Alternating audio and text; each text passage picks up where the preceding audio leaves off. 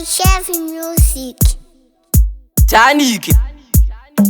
zvabvira kunge fire matsaga panyamanete ndiri kubaya kuita kunge mugaisi ndapagaya ndakagara pasi zvangu ndakabata shaya kuti pabikwa chiheumeti pamundi dzemangoma ndiri suspect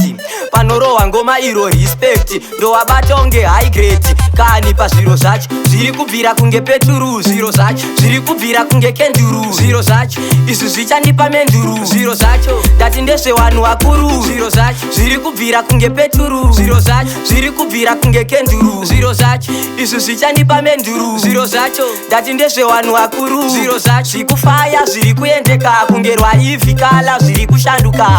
zvawagwina kunge dhabuka zvichawasiya wese vachiumburuka zvibviro dakadza maningi apa zvine linki nataniki zvawapeudza unge titaniki zviro zvacho zviri fantastiki nekutwa zviro zvacho zviri kubvira kunge peturu zviro zvacho zviri kubvira kunge kenduru zviro zvacho izvi zvichandipa menduru zviro zvacho ndati ndezvewanhu vakuru zviro zvacho zviri kubvira kunge peturu zviro zvacho zviri kubvira kunge kenduru zviro zvacho izvi zvichandipa menduru zviro zvacho ndati ndezvewanhu vakuru zviro zvacho zvabvira kunge fire matsaga panyamanete ndiri kubaya kuita kunge mugaisi ndapagaya ndakagara pasi zvangu ndakabata shaya kuti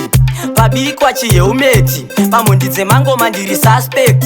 panorohwa ngoma iro respect ndowabata unge high grade kani pazviro zvacho zviri kubvira kunge peturu zviro zvacho zviri kubvira kunge kenduru zviro zvacho izvi zvichandipa menduru zviro zvacho ndati ndezvewanhu vakuru zviro zvacho zviri kubvira kunge peturu zviro zvacho zviri kubvira kunge kenduru zviro zvacho izvi zvichandipa menduru By Chevy Music.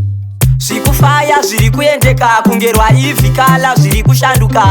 zvawagwina kunge dhabuka zvichawasiya wese vachiumburuka zvibviro dakadza maningi apa zvine linki nataniki zvawapeudza unge titaniki zviro zvacho zviri fantastiki nekutwa zviro zvacho zviri kubvira kunge peturu zviro zvacho zviri kubvira kunge kenduru zviro zvacho izvi zvichandipa menduru zviro zvacho ndati ndezvewanhu vakuru zviro zvacho